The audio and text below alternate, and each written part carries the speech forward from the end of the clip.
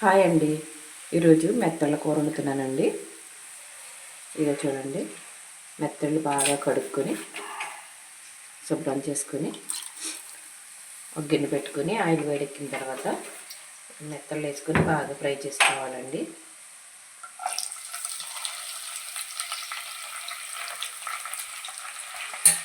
బాగా వేడెక్కిపోయింది నూనె, ఇలా బాగా ఫ్రై చేసుకోవాలండి. అదిగోండి, మెత్తలు బాగా ఫ్రై అయిపోయాయి. ఇప్పుడు ఉల్లిపాయలు వేసేసుకుందామండి.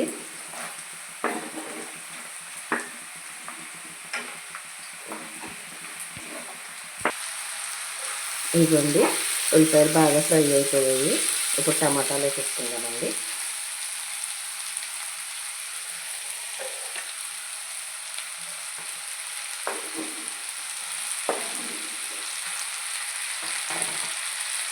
టమాటాలు కూడా బాగా మగ్గాలి. ఇదిగోండి, టమాటాలు ఉల్లిపాయలు బాగా మగ్గిపోయాయి. ఇప్పుడు పసుపు, కారం వేసుకొని బాగా మగ్గించుకుందాం. మళ్ళీ కాసేపు మూత పెట్టేసి కాసేపు మగ్గనిద్దాము. ఇదిగోండి, కారం వేసిన తర్వాత మగ్గిపోయిన కాసేపు పొడి వాటర్ వేసుకుందామండి. కాసేపు ఉడికించుకుందాము.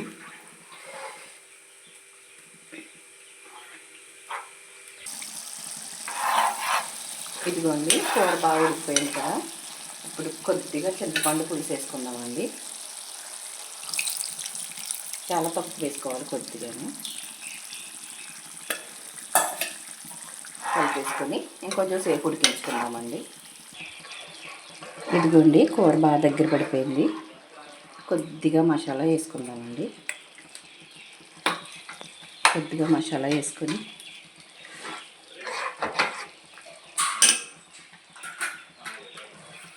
కొత్తిమీర జల్లేసుకుందాము. ఇంకొక 2 నిమిషాలు ఉడికించుకోవాలి. ఇదిగోండి, మెత్తలు కూడా రెడీ అయిపోయింది. టేస్ట్ చాలా బాగుంటుందండి. మీరు కూడా ఒకసారి ట్రై చేసి చూడండి. నా వీడియో నచ్చితే కనుక లైక్ చేయండి, షేర్ చేయండి, సబ్స్క్రైబ్ చేసుకోండి.